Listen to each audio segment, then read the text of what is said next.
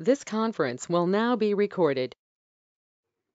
चरक संहिता सूत्रस्थान अध्याय 15 श्लोक क्रमांक 12 अथ एनम अनुशिष्यात् विवृत्त ओष्ठ तालु कंठो न अतिमहता व्यायामेन वेगान् उदीरयन् किंचित अवनम्य ग्रीवाम् ऊर्ध्वशरीरम् उपवेगम् अप्रवृत्तान् प्रवर्तयन् सुपरिलिखित नखाभ्याम् अंगुलीभ्याम् उत्पल कुमुद सौगंधिक नालैः वा कंठम् अभिस्पृशन् सुखं प्रवर्तयः वा इति स तथाविधं कुर्यात् ततो अस्य वेगान् प्रतिग्रहगतान् अवेक्षेता अविहिताः वेगविशेषदर्शनाद् हि कुशलो योग अयोग अतियोग विशेषान् उपलभेत् वेगविशेषदर्शी पुनः कृत्यं यथार्हम् अवबुध्येत् लक्षणेन तस्मात् वेगान् अवेक्षेता अवहिताः। हाँ, यहाँ पर अंतिम पंक्ति जो है वो सबसे महत्वपूर्ण है। तस्मात् वेगान अवेक्षेत अवहितः। अवहिता का अर्थ है दत्तचित्त, ध्यान दिया हुआ, अवहित मनसा। वेगान उपलभेत, वेगदर्शी ही पुनः कृत्यम यथार्हम अनुबध्यते लक्षणेन। इसको आप भी देखेंगे, वेगदर्शी होकर अवहित मन से वेगान अवेक्षित, वेगों को ध्यान देकर देखना है। आवाज येतोय का बरोबर? Yes sir. येतोय ना? हो सर, हो। हाँ, ये चिकित्सक के लिए आदेश है। अब क्यों देखना है उसका वर्णन करते हैं, और उसके पूर्व वैद्य ने रोगी को कुछ सूचनाएं देनी है। वो सूचनाएं हमारे लिए भी बहुत महत्वपूर्ण है। अथ एनम, एनम यानी रुग्ण को, द्वितीय एक वचन है। अनुशिष्यात, उसको समझाए।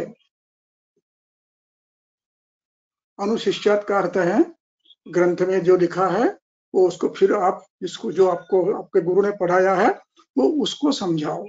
इसका नाम अनुशिष्यात। शिष्यात ये विद्यार्थी रूप है, उसको बताया जाए। क्या बताना उसको? वेग जब आए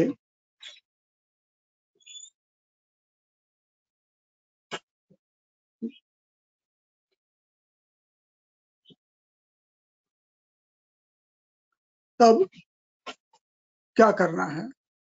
विवृत, विवृत, वि और वृत, वि उपसर्ग है, वृत यानी खोलना।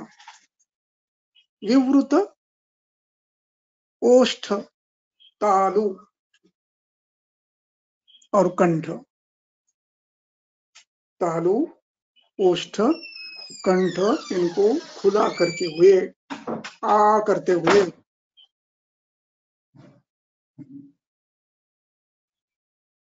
नाति महता व्यायामेन, न अति महता व्यायामेन, न नहीं अति ज्यादा, महता बहुत बड़े प्रयास नहीं करना है। व्यायाम ये प्रयास के लिए है, कष्ट के लिए है। न अति महता कष्टेन वेगान उदीर्णान उदीरयन। वेग जो आता है वो स्वयं आता है, उसको बहुत जोर मत लगाइए निकालने के लिए।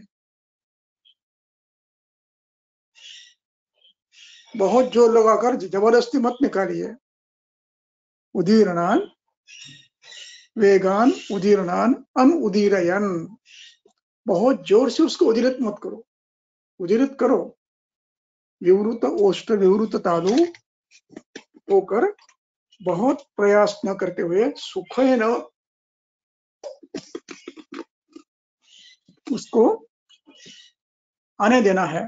और उसकी मदद के लिए जहां पर आप बैठे हो आसन पर, उससे सामने आपके जो प्रतिग्रह है यानी वमन का पात्र है, उसकी ओर किंचित अवनम्य, थोड़ा झुकना है नीचे। ग्रीवा मूर्ध्व शरीरम, थोड़ा सा ग्रीवा मूर्धा और ऊर्ध्व शरीर, इसको किंचित अवनमन करना है। और आए हुए वेगों को, उपवेगान, जो उपस्थित वेग है उनको प्रवर्तन करो। उपवित वेगान वेगम शरीर उपगत वेगम अप्रवृत्तान प्रवर्तये, जो प्रवृत्त नहीं हुए अभी उनको जगा करके दो, उनको प्रवर्तन करो। और यदि वो अच्छी तरह से अप्रवर्तित नहीं हो रहे हो, अप्रवर्तित यानी जो अच्छी तरह से नहीं आ रहे हैं, तो क्या करना है? एक तो नाखून अच्छी तरह से निकाल लो, साफ करो, खुरदरे मत रखो उसको ये करके पॉलिश करके उसको श्लक्ष्ण बनाओ। सुपरिलिखित नखाभ्याम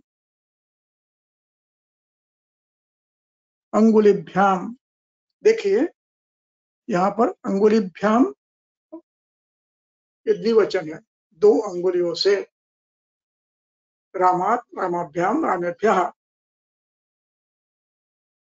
और एक अंगुली कैसी हो? कर्जित नखाभ्याम, उनके नाखून श्लक्ष्ण किए गए हैं ऐसे 2 अंगुलियों से, अथवा कमल किनाल, कुमुद ये भी कमल का प्रकार है, उत्पल कुमुल सौगंधिक नाल हिवा, इनके नाल गले में डालकर थोड़ा सा गले को उसका स्पर्श करो ताकि उससे वमन आ जाता है। कंठ कंठम अभिप्रशन, कंठ को उससे स्पर्श करो। सुखम प्रवर्तये स्व, सुख पूर्वक ऐसे या तो अंगुलियों से कंठ को प्रवेश करते हुए, कंठ को स्पर्श करते हुए, अथवा नाल से करते हुए। हमारे एक मित्र है आचार्य नाम के, सलील भाई आचार्य करके, गुजरात में प्रैक्टिस करते हैं। तो उनके साथ मैं कुछ दिनों तक काम करता था कैंसर रिसर्च में। तो उन्होंने एक नई टेक्निक डेवलप की थी। अपना ये जो कैथेटर रहता है, छोटा बड़ा जो भी उपलब्ध हो, जैसे सुविधा हो, तो वो छोटा कैथेटर, उससे उसको थोड़ा सा स्निग्ध करके गले में उससे आगे पीछे करना, छोटा कैथेटर लगे तो उससे भी प्रवर्तन होता है। तथा विदम कुर्यात, तो इससे वेग आ जाता है। जो उल्लास है, प्रवर्तमान वेग है, वो यदि ठीक ढंग से प्रवर्तित नहीं हो रहे हैं तो अंगुली से कंठ दबाकर कंठ को स्पर्श करते हुए अथवा नाल से स्पर्श करते हुए उनको प्रवृत्त करो। तथा विधम कुर्यात ततो अस्य वेगान, उसके बाद जो वेग आता है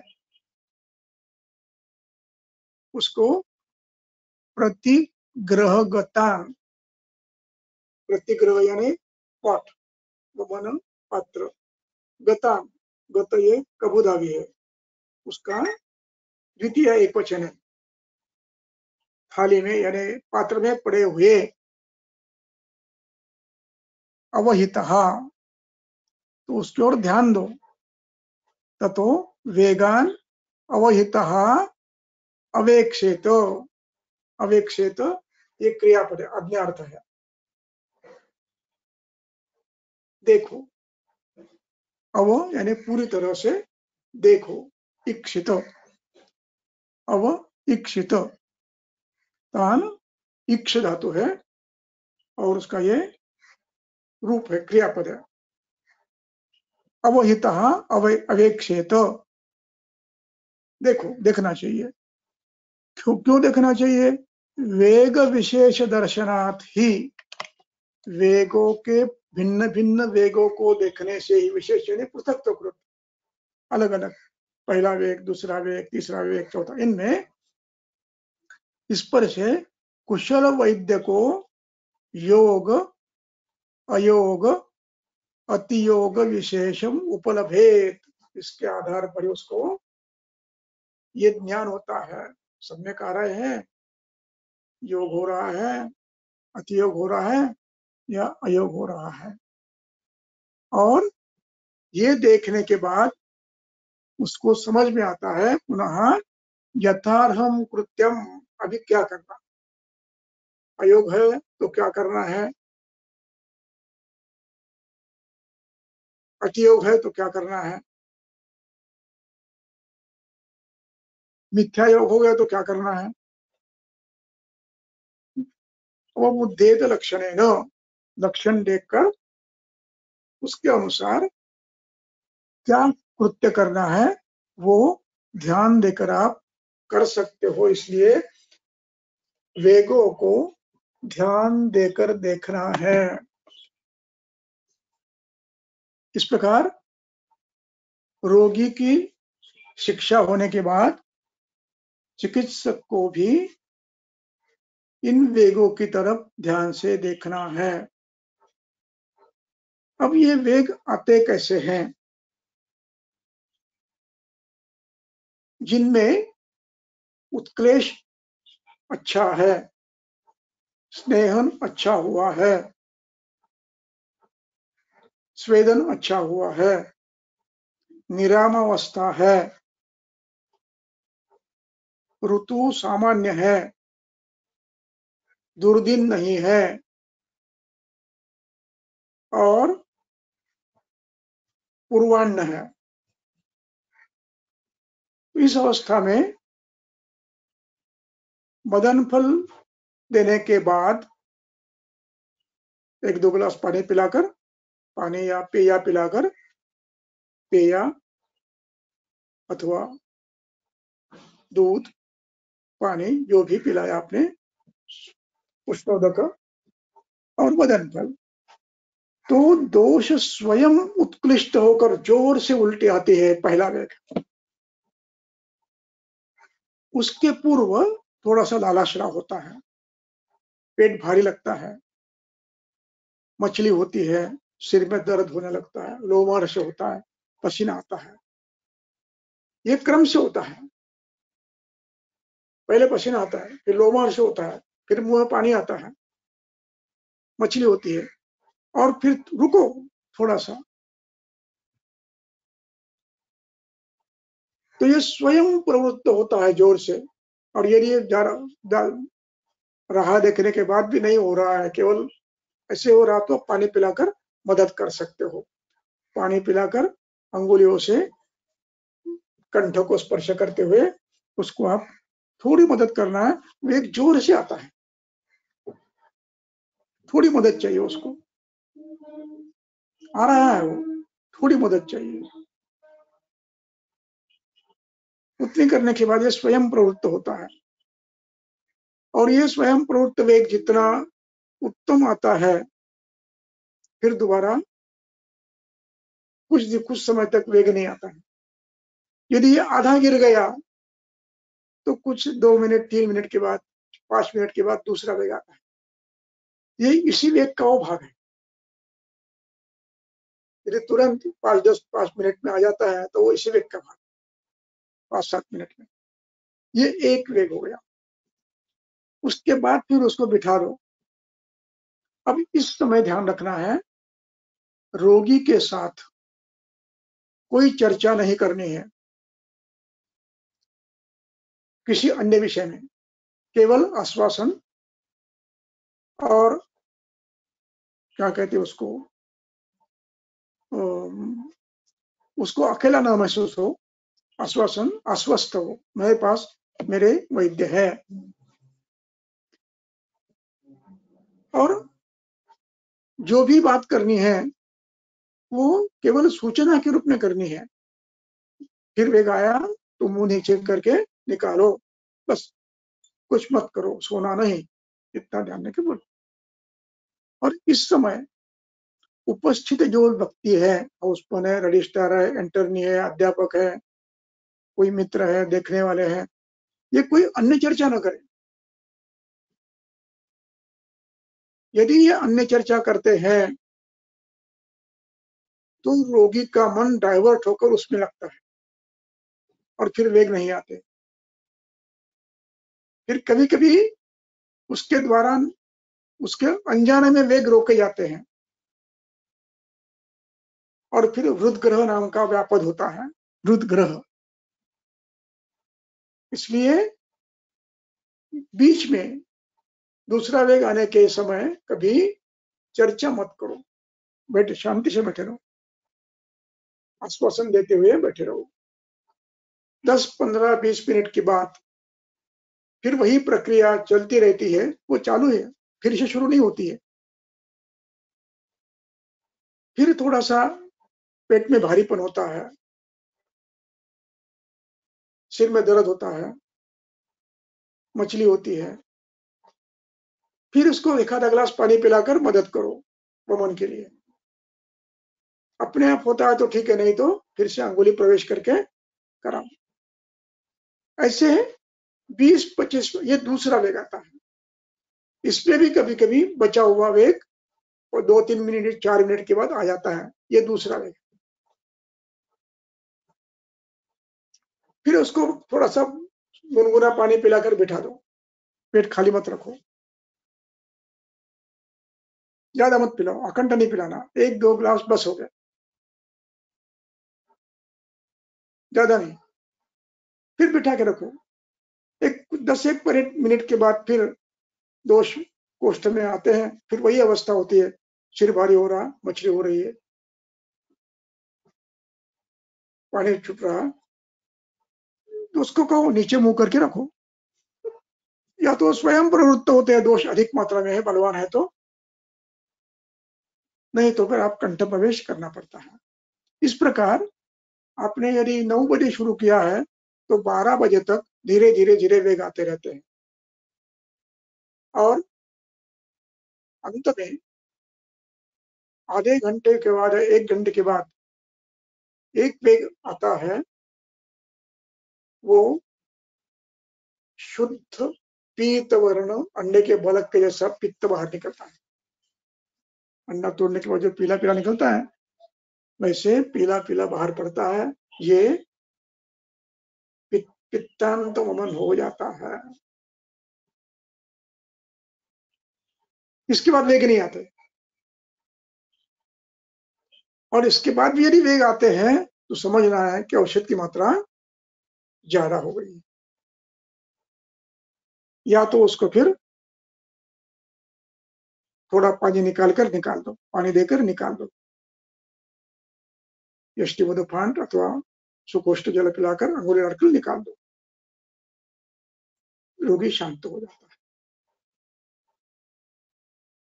इस प्रकार ये वमन की प्रक्रिया लगभग 1 बजे तक चलती है। अब इसमें वेग कितने आए हैं, तो मैंने कहा जो एक जोर से वेग आता है स्वयं प्रवृत्त 15 मिनट के बाद, और उसके फिर सब वेग आते हैं, तो इसके वेग है। जो बाउट्स आते हैं, अकस्मात वेग आते हैं, वो वास्तव वेग है, कुछ कालांतर से आते हैं, 15 मिनट के बाद, 10 मिनट के बाद, फिर 10 मिनट के बाद, ऐसे कालांतर से आते हैं, वो बड़े आते हैं। यदि पानी पिला के रखा है तो बड़े आते हैं। तो इस प्रकार ये देखना है। इसमें कभी कभी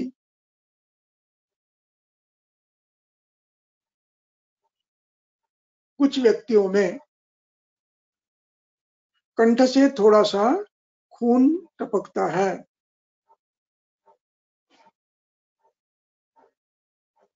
और ये खून वमन वेग के बाद आता है, फूंकने के बाद। और कभी कभी कुछ व्यक्तियों में वमन ही जो आता है वो लाल रंग का आता है।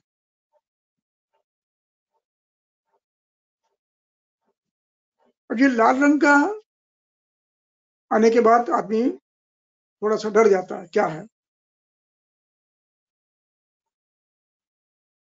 तो उसके लिए प्रतीक्षा करना है, देखना है ये शुद्ध रक्त है या थोड़ा सा द्रवांश आया है, मिला, जो रक्त वर्ण का हो, जो रक्त पीड़ित का प्रतीक है, वो आ रहा है। इसके बाद यदि ऐसा है तो ज्यादा प्रयास नहीं करना वमन कराने का, रोक देना है उसको, फिर पानी पिलाना, फिर ये करना। अपने आप हो गया तो हो दो, रोको मत उसको। और इसके बाद फिर कभी कभी यदि पेशेंट को कुछ दवाइयां चल रही है, अल्सर है, बताया नहीं है, या कुछ उसको ये गोलियां खा रहा है, एस्प्रिन जैसी, एकोस्प्रिन, डिस्प्रिन जैसी, ये आपको बताया नहीं उसने, तो शुद्ध रक्त भी आ सकता है। इसलिए पहले देखना है गोलियां उसने कुछ कभी खाई है क्या, ऐसी कुछ गोलियां की जो इरिटेशन करती है, स्टमक इरिटेट करते हैं, ऐसे कुछ खाइए। सब पहले पूछ लेना और फिर ये करना है। और यदि इसमें कभी आपको ऐसा लगता है कि रक्त आ रहा है, केवल थूक में से आ रहा है, तो घबराने की बात नहीं है। छोटी सी कैपिलरी कहीं ना कहीं लैसेरेशन हो जाता है और खून आता है। लेकिन यदि ज्यादा आता है, बार बार आता है, तो सीधा बर्फ का दूध पिला देना, बर्फ मिलाकर, और बिठा लेना।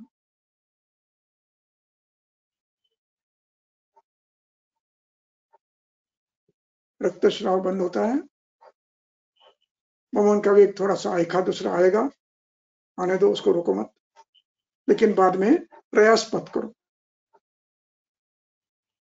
और ये सब करते समय पल्स, हार्ट, रेस्पिरेशन और कॉन्शियसनेस, ये देखते रहना है। कभी कभी भीरू पेशेंट सीधी मुंडी डाल देता है, अनकॉन्शियस हो जाता है, तुरंत उसको हेडलो करना है,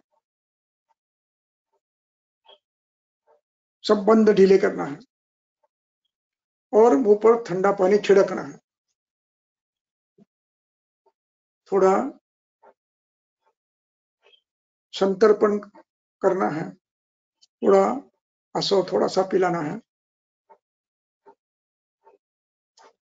संतर्पण के लिए सत्तू, मंथ और आसव ये देकर उसको ये करना है। और फिर यदि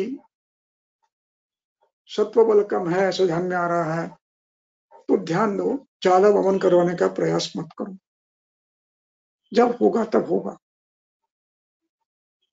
लेकिन बार बार ध्यान रखना है, कहीं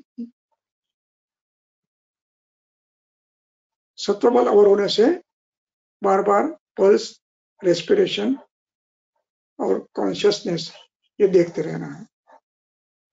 इस समय अनुभवी वैद्य बहुत हैं, उनके पास से कुछ लोग लक्ष्मीदास का प्रयोग करते हैं, कुछ लोग हेमगर्भ का प्रयोग करते हैं, उनसे सीख लेना है। अनुभव के साथ जिनके हैं उनका प्रयोग करना है, जिससे रोगी पल्स वगैरह ठीक फिर दोबारा एस्टेब्लिश होती है, खुली हवा देना है, पंखे से हवा देना है ताकि ऑक्सीजन कम न पड़े। वहां भीड़ नहीं करना है, थोड़ी देर तक खिड़कियां खुली कर देना है और लोगों को हेलो करके रख देना है। इस प्रकार ये हमें देखना है, वेग देखना है। इस पे कभी कभी मलवेग भी आते हैं।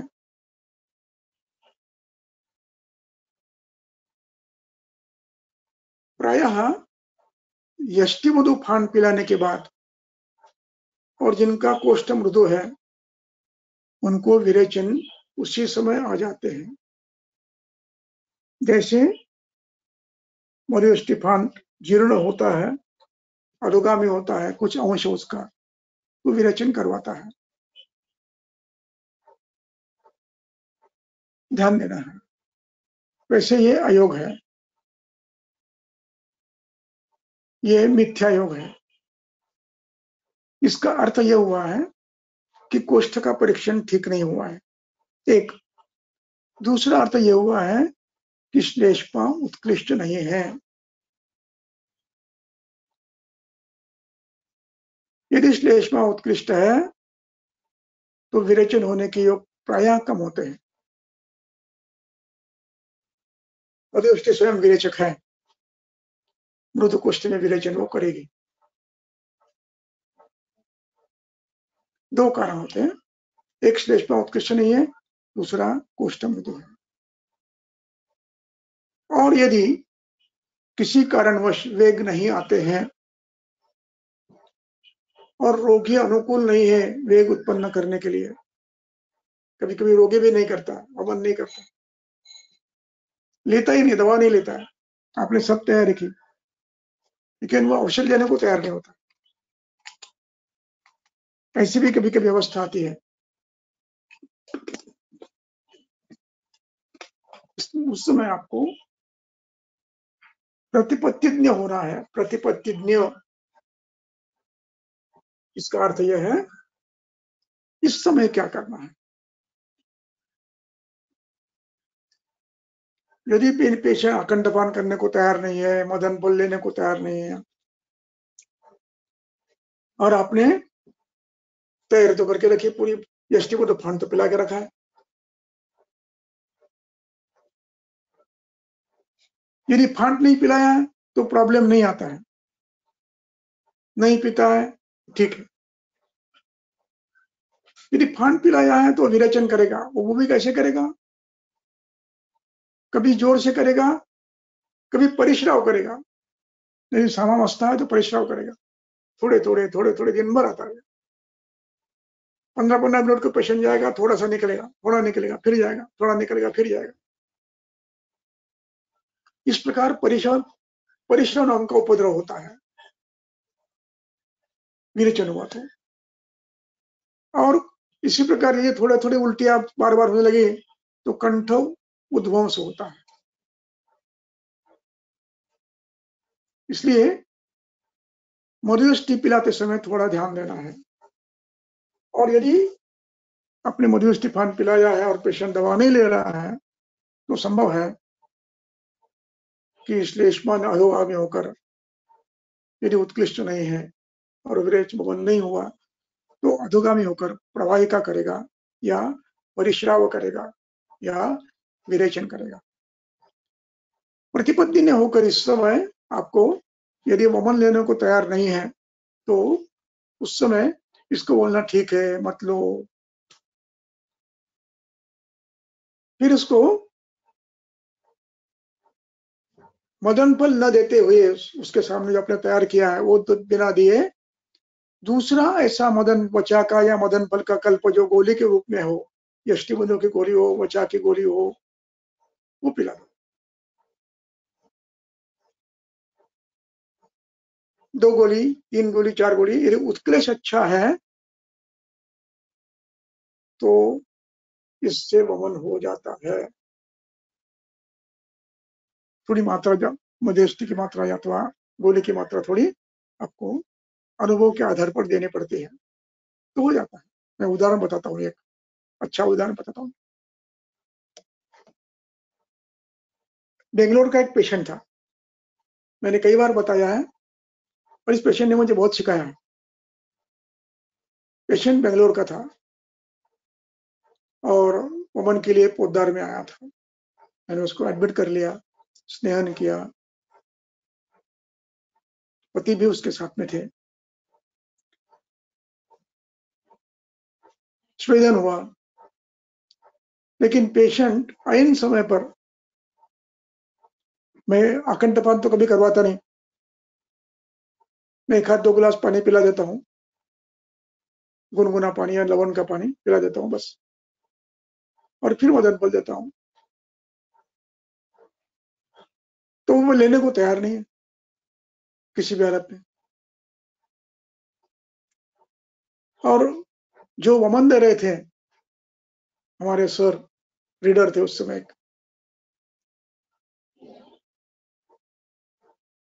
उनका नाम जामखेड़कर सर था। वो चिंतित होकर मेरे पास आया। मैंने कहा कुछ मत करो, इच्छा वेदी की 2 गोलियां दे दो। मेरा उद्देश्य 2 था। एक उद्देश्य ये था, यदि उत्क्लेश है, अच्छा उत्क्लेश है, तो आप विरेचक दवा दो, वो भी वमन करवाता है।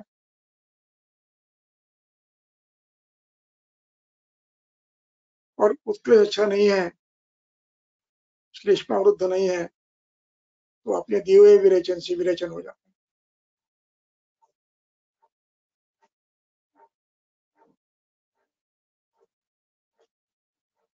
गोली दे दी उनको ठंडे पानी के साथ, और आराम करो, कुछ नहीं। आधे घंटे के बाद हमारे सर हंसते हंसते आए, सर वमन हो गया।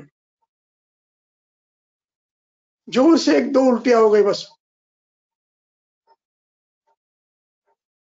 मैंने बोला इसके बाद आप कुछ मत करो, वेट एंड वॉच। और फिर थोड़ा गुनगुना पानी पिलाते रहे, 1-2 उल्टियां और हो गई है।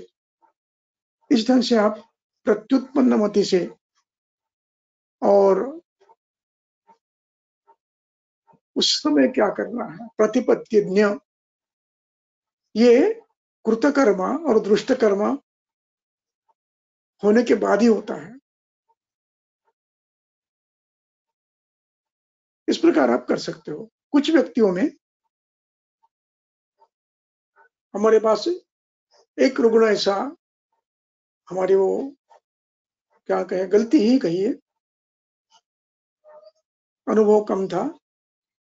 एक अपने अध्यापक थे, उनके पति को हमने, प्रमेह के रुग्ण थे, डायबिटीज के रुग्ण थे, उनको स्नेहन किया, रुक्षण किया, स्नेहन किया, रुक्षण भी करवाया, स्नेहन भी करवाया, और वमन के लिए लिया, मदन फल भी दिया।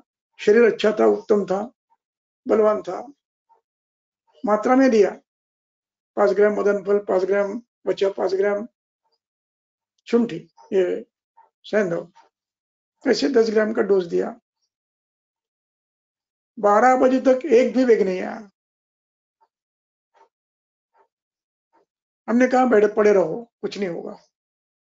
दिन भर वेग नहीं आया, दूसरे दिन वेग नहीं आया, अपने आप औषध जीर्ण हो गया, पेशेंट को कोई कष्ट नहीं हुआ। इसका कारण बताता हूं। इसका कारण यह है, प्रमेह के रोगी में शैथिल्य होता है,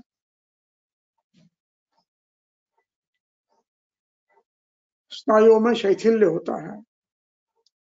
तो इसमें आपको औषधि तीक्ष्ण देनी पड़ती है।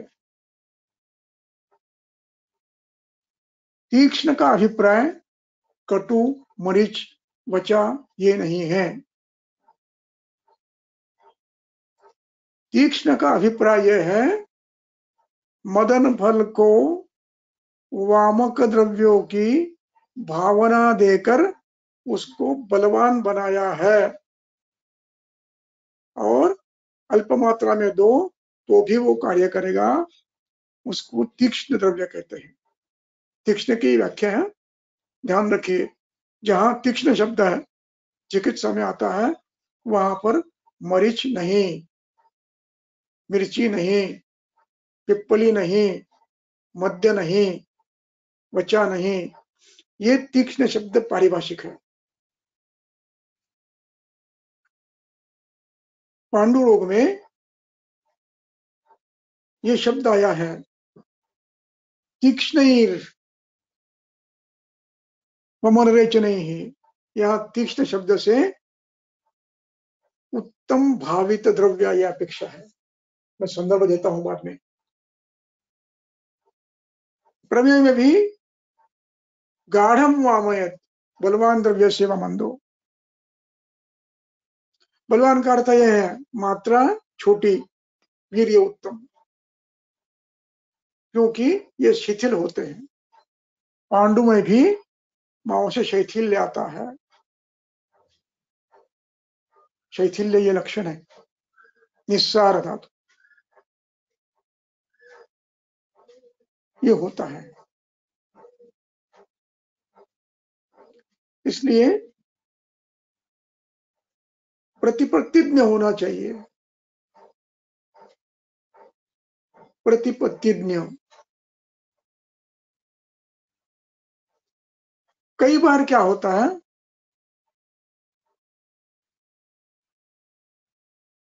मॅडम मी जास्त बोलतोय का विषय सोडून? नाही सर, नाही. नाही नाही सर. नाही कसं तर सर. सांगा. नाही नाही. छान कारण हे वाटतोय सर. कुठेतरी अनुभव ऐकायला छान वाटतोय सर.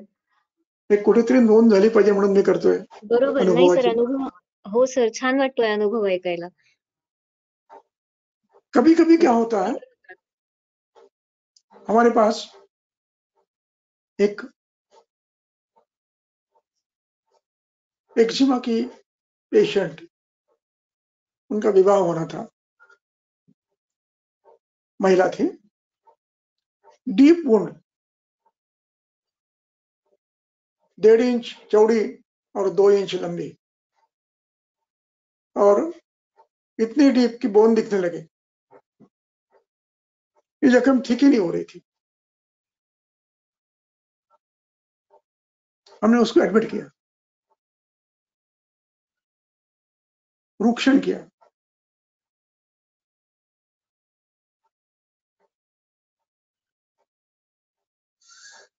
स्नेहन किया, वमन दिया,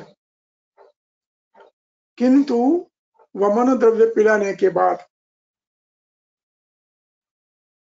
12 बजे 1 बजे तक वेग नहीं आया। सामान्य ऋतु था,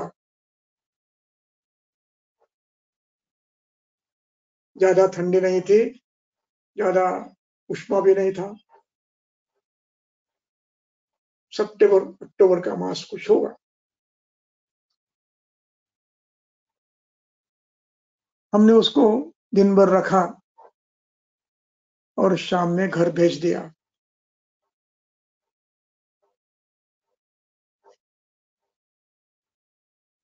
हमने प्रयास भी नहीं किया उल्टी करवाने का। क्यों? ना स्वेदागम था, ना लोमहर्ष था, ना शिरश्चूल था, ना उदर गौरव था। दोष कोष्ठ में आए नहीं थे, आ नहीं रहे थे। अब जबरदस्ती ओपन करने से लाभ क्या होगा? 2 गिलास पानी पिलाया था, मैं बोला आराम करो। पेशेंट ने आराम किया, दिन भर सो रखा, दिन भर उल्टी नहीं हुई। सायंकाल को हमने उसको कहा कि आप घर जा सकते हो, और घर जाकर कल सुबह वापस आना है हमें बताने के लिए, बिना भूले आना है। चली गई। साथ में उसकी भाभी थी, दूसरे दिन वो आई और कहने लगी सर उसको रात को 3 उल्टी हुई, रात्रि को 3 उल्टियां हुई और फिर शांत सो गई। फिर बोला दिन में कुछ खाए कि नहीं? हाँ खाई, थोड़ा बहुत, ज्यादा नहीं खाई लेकिन थोड़ा खाए, शाम में भी थोड़ा खाया और रात्रि में उसको बेगा। ऐसे क्यों होता है? मैं बार बार कहता हूं कि ये एविडेंस बेस्ड साइंस है। अग्निवेश ने कतिपय रुग्णों को देखने के बाद ग्रंथ लिखा है।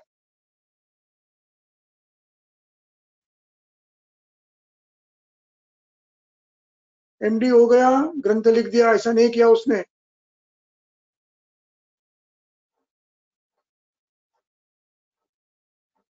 पूरा अनुभव करने के बाद अपने गुरु के पास जितना दृष्टकर्मा कृतकर्मा हो गया उसके बाद ग्रंथ लिखा।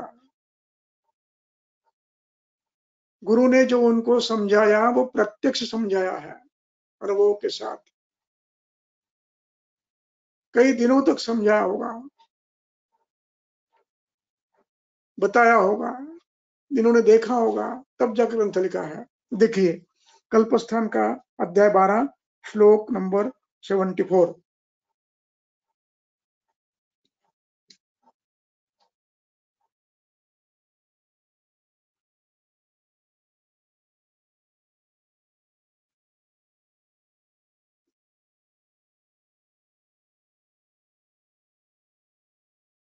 चरक संहिता कल्पस्थान अध्याय 12 श्लोक क्रमांक 74। कदाचित् श्लेष्मणारुद्धं तिष्ठति उरसि भेषजं क्षीणे श्लेष्मणि सायाह्ने रात्रौ वा तत्र वर्तते। ये इस श्लोक को अधोरेखांकित करके रखो। ये प्रत्यक्ष अनुभूत है और ये मेरा भी अनुभव है।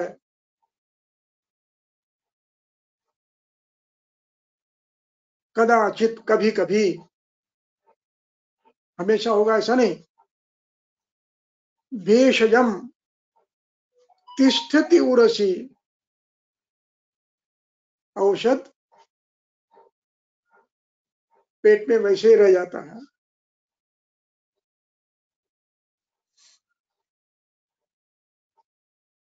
क्यों? श्लेष्मणा रुद्धम, श्लेष्मा से वो प्रभावित होता है, या तो कई कारणों से प्रभावित होता है।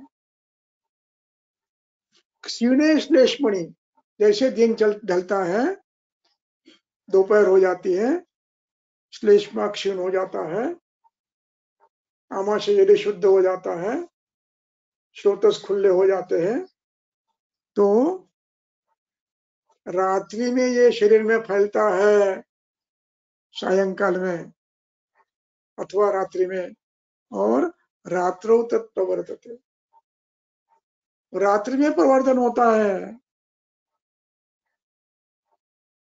इसलिए आपको राह देखना है। मैं ये कर सकता था, आकंडपान पिला पिला कर औषध निकाल सकता था। आकंडपान पिला देना, महिला थी, 10, 12, 15 गिलास पिला दिए, अंगुली डाले निकाल दिए, मैं कर सकता था। नहीं, मैंने नहीं किया। दूसरे दिन सुबह आई, सर रात को 3 उल्टियां हो गई और रात में फिर सो गई। सुबह कुछ खाया क्या? नहीं खाया, चाय पिलाया, ठीक है। अभी कैसी हो? हल्का लग रहा है, भूख लग रही है। फिर श्वास क्रम उसको करवाया और उसके बाद वो रोगी शमन चिकित्सा से पूर्ण रूप से, जो पहले नहीं हो रहा था, पूर्ण ठीक होकर उसकी शादी हो गई। ये पहले नहीं हो रहा था, दोष बलवान थे। बलवान दोष बार बार व्याधि करते हैं, यदि आप उनको निकालते नहीं हो ये बार बार व्याधि करते हैं। देखिए श्लोक नंबर 69 उसी अध्याय में 69 उसी अध्याय में चरक संहिता कल्पस्थान अध्याय 12 श्लोक क्रमांक 69। दुर्बलो अपि महादोषो विरेच्यो बहुशो अल्पशाः मृदुभिः भेषजैः दोषा हि हन्युः हि अनमनिर्हताः एनम एनम् अनिर्वृता। हाँ, अब यहाँ पर अनिर्वृताः। जो अंतिम शब्द जो है ये काफी संधि है उसमें। हन्युः, हन्युः विसर्ग है, उसको अलग निकालना है। हेनम, हेनम में ही अलग निकालना है और एनम अलग निकालना है। एनम में म हलंत है, उसको अलग निकालना है। और अनिर्वृता ये चौथा शब्द है। तो हन्युः उसको कष्ट देते हैं। हन धातु मृत्युवाचक है, लेकिन इसका अर्थ केवल मृत्यु ऐसा नहीं होता है। सद्य प्राण हर मर्म, यहाँ पर सद्य प्राण हर शब्द का अर्थ तुरंत मारने वाला ऐसा नहीं है। इसकी व्याख्या, सद्य प्राण हर की व्याख्या चाणक्य ने की है।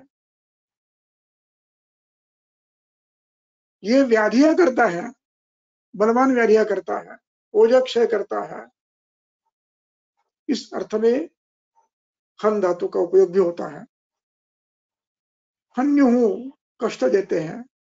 एनम द्वितीय है, सर्वनाम की द्वितीय है एतत् की। एनम एषः एनम।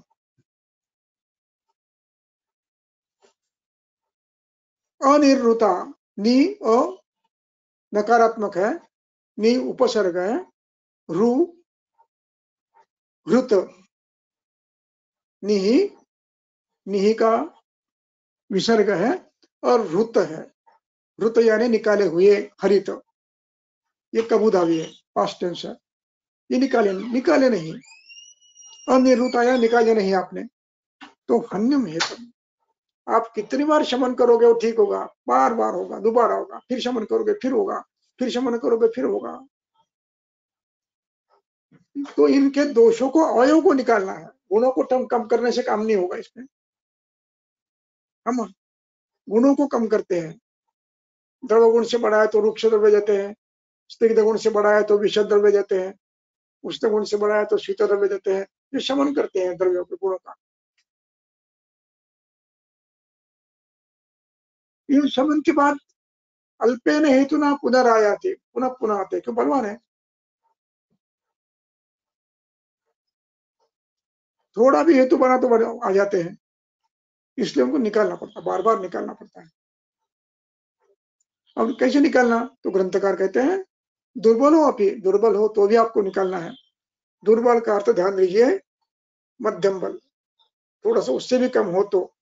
वित्त बल, वित्त क्षीण, वित्त मांस को नहीं निकालना है। वित्त मांस शोणित, ये दुर्बल है, बहुदोष है, जीर्ण व्याधि है, नहीं निकालना है। मांस क्षीण, जिसकी छाया बदली है, छाया कृष्ण वर्ण की आती है,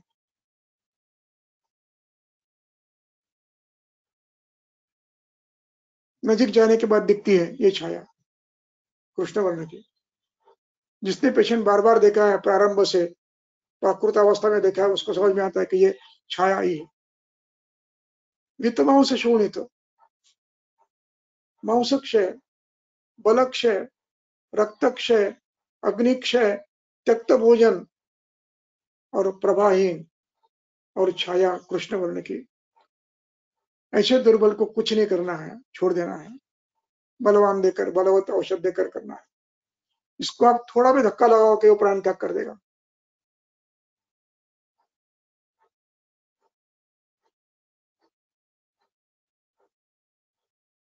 लेकिन जिसका मांसबल अच्छा है, बहुत बलवान नहीं है, लेकिन ठीक है, वितरक रक्तक्षय नहीं हुआ है, ओजक्षय नहीं हुआ है, चलता फिरता है, काम करता है, इसको आप धीरे धीरे थोड़ा थोड़ा करोगे, थोड़ा थोड़ा करोगे। कैसे करोगे? भोजन कर दिया, थोड़ी सी मदन फल की दे 2 गोलियां 2 ग्राम की दे दी, 1 उल्टी हो गई, ठीक है। फिर 15 दिन के बाद थोड़ा सा दूध पिला दिया, 1 यष्टिमधु के 2 गोलियां देगी, पवन करवा लिया, ठीक है। अथवा विरेचन करना है, दूध दिया, 1 विरेचन हो गया, बस हो गया। फिर 15 दिन राह देके फिर दूध दिया, फिर 1 विरेचन हो गया। आंवले के रस दिया आधा कप, 2 विरेचन हो गए, ठीक हो गया। 4 द्राक्षा खाने को दिए, 5 द्राक्षा, 1 विरेचन, 2 विरेचन हो गया, ठीक। इस प्रकार आपको मृदुभीर, अल्पशाह और बहुशाह, अल्पशाह के थोड़ा थोड़ा, बहुशाह के बार बार देकर दोषों को निकालना ही है। यदि नहीं निकालोगे तो ये पेशेंट ठीक नहीं होता।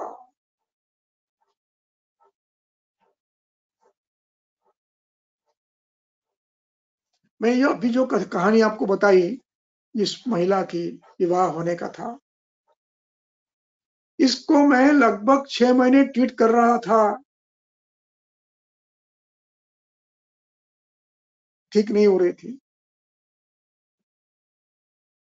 गलती मेरी भी थी, मैंने उसको पथ्य बताया था, सब कुछ बताया था, एडमिट भी किया था।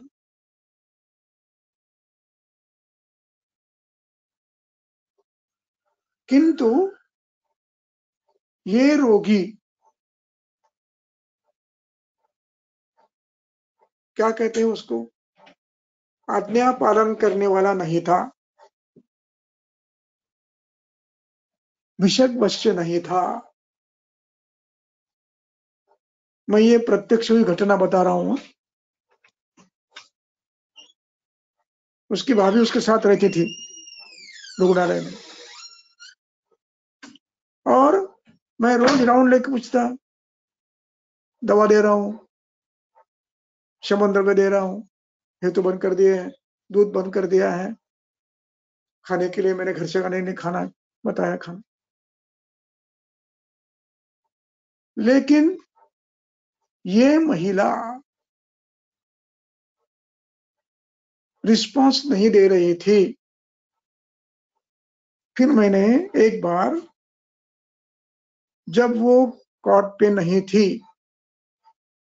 तब उसकी भाभी को फीमेल वार्ड में, जनरल वार्ड में, तो उसको पूछा, दवाइयां बराबर दे रहे हो, खा रही है? तो उस भाभी ने हंसते हुए कहा, सर बताऊं आपको? उसने पलंग की जो गादी है उसको उठाकर बताया, ये पुड़िया यहाँ पर पड़ी है, एक भी नहीं खा रही है वो, और जब मैं यहाँ नहीं रहती तो बाहर फेंक देती है खिड़की से।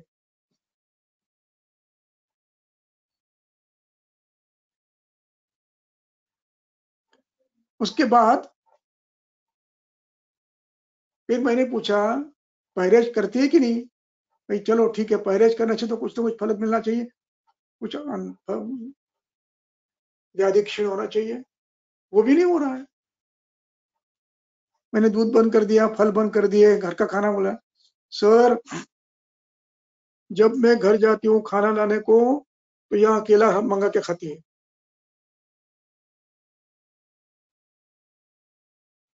जब मैं घर जाती हूँ तो वो मूंगफली मंगा के खाती है, 100 ग्राम मूंगफली ला के रखती है, और जब मैं नहीं रहती तो खाती है। ऐसा पेशेंट, फिर उसको मुझे उसके पिताजी को बुलाया, माताजी को बुलाया, समझाया, यदि ये नहीं मानेगी तो ये ठीक नहीं होगी। फिर उसको मैंने मवन दिया, ठीक हो गई, शादी भी हो गई। इस प्रकार आपको दोषों को निकालना ही है। कभी कभी क्या होता है, बोलू ना मैडम? हो सर. बोलू ना? हो एक हो दोन सर. उदाहरण हो आणखी देऊ ना? हो चालेल ना सर. कारण 10-12 झालेत, 12:15, 10:15 झालेत. हो म्हणजे सर काही प्रॉब्लेम नाही आपल्याला तसा.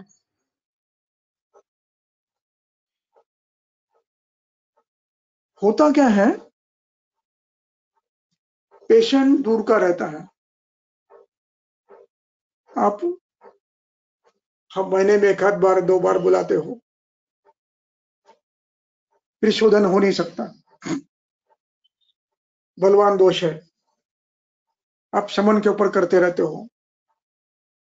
शमन की मर्यादा के बाद हेतु चलते रहते हैं, अनायास होते हैं. कोई जानबूझ के नहीं करता है. कभी कभी पेशेंट अच्छे पेशेंट होते हैं. ऋतु बदलता है, नियम मालूम नहीं खाने के, और चलते रहता है. तो ये पेशेंट आधे ठीक होकर आधे वैसे रहते हैं. क्यों? कि वो आपका संपर्क कम पड़ता है. पेशेंट दूर रहता है, आप गम शहर में रहते हो, हफ्ते में 1 बार आता है, नमन करने को तैयार नहीं. उसके गांव में करने के लिए बोलो तो वहां करने वाला कोई नहीं. करते हैं तो भी ठीक नहीं करते हैं, ठीक नहीं होता. इसलिए अपना एक सुसज्ज व्यवस्थापन ऐसी होना चाहिए. मैं करूंगा, आप चिंता मत करो. आप 15 दिन छुट्टी लेकर आइए. कम से कम खर्च में संसर्जन क्रम, स्नेहन, वमन, विरेचन करना चाहिए. रक्त मोक्षण, अभी सभी व्यवस्था अपने पास होनी चाहिए, तब जाकर सिद्धि अच्छी मिलती है. एक पेशेंट मेरा, एक हीमेटाइटिस डर्माटाइटिस का,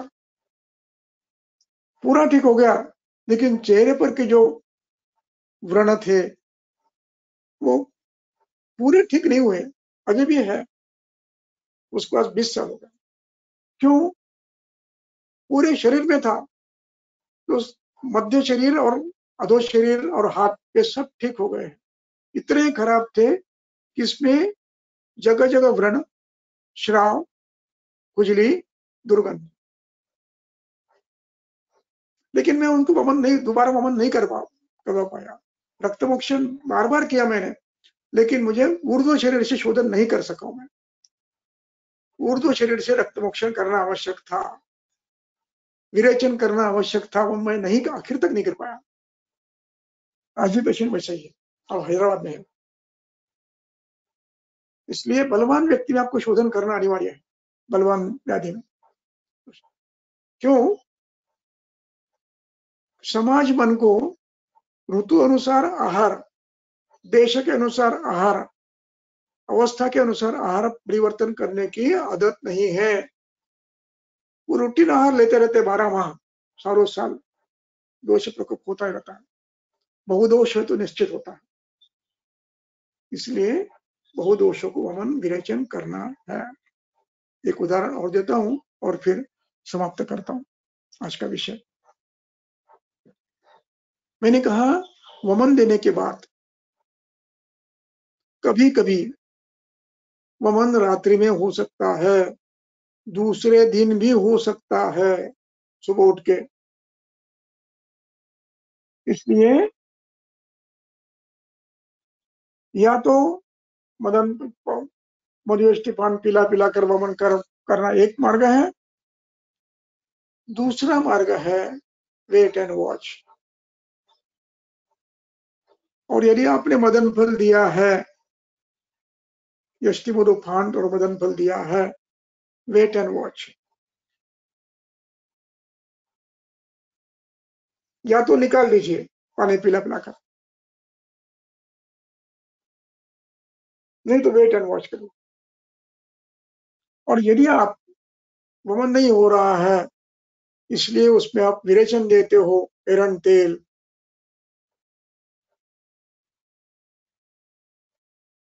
आप गलती कर रहे हो. यदि आपने मदन फल दिया है, वचा दी है, यष्टिमधुफान दिया है,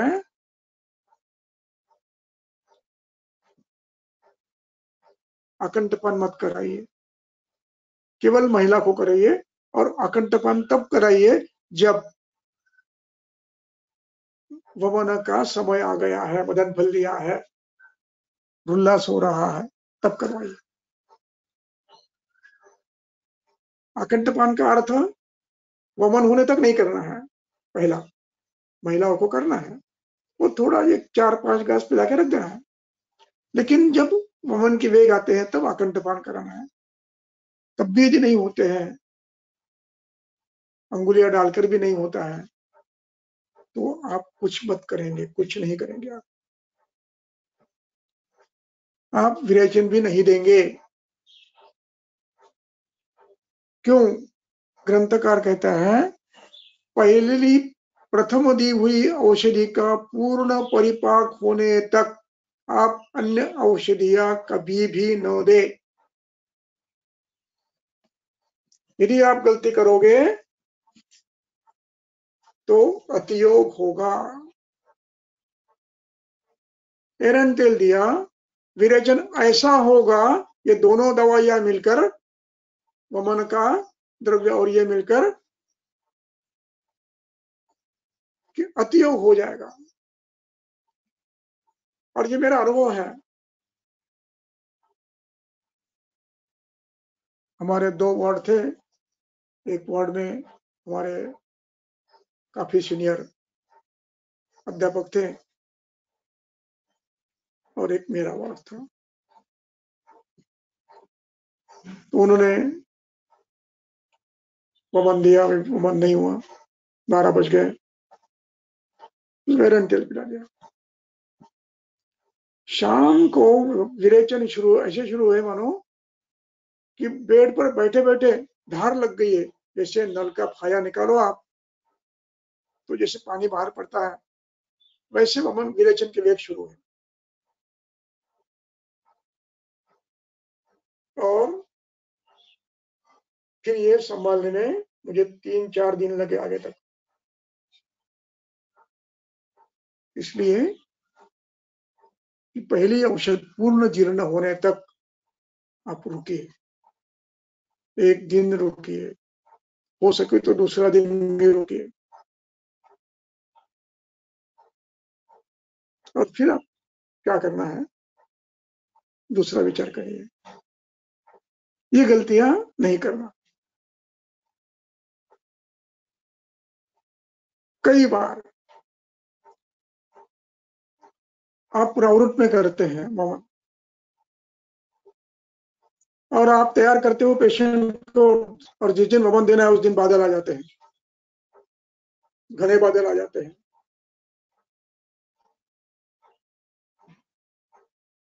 कभी कभी वर्षा भी शुरू होती है, खास करके मुंबई में, और आपने स्नेहन तो किया है, शोधन भी दिया है।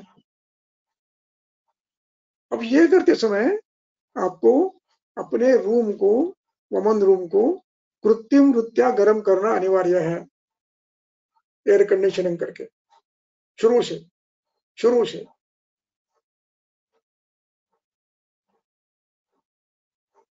ठंडी हवा ना आए, सामान्य हवा रहे, वातावरण अभ्राच्छादित है तो थोड़ा सा उष्मा, थोड़ा सा उबदार रहे, गर्म नहीं तो उबदार रहे, और फिर आप बंद खोली में वमन करवाओ श्वेत देकर। अन्यथा घने बादलों में और वर्षा ऋतु में यदि आप वमन दोगे तो वमन नहीं होगा, नहीं होगा। दोष आवृत होते हैं, औषध दोषावृत होता है, श्रोत संकुचित होते हैं, वमन नहीं होता है। एक मुंबई की कोई महिला डॉक्टर थी, और उनका लगभग 11-1 बजे फोन आया। उस समय मैं वाघोली में था, तो मैंने कहा, उन्होंने कहा कि सर सुबह 8 बजे मैंने दिया है, 8:30 बजे, अभी 11 बज रहे हैं, वमन नहीं हो रहा है। मैंने पूछा दुर्दिन है क्या? तो बोले हाँ बहुत दुर्दिन है, बादल बहुत छाए हैं और बरसात भी थोड़ी थोड़ी गिर रही है।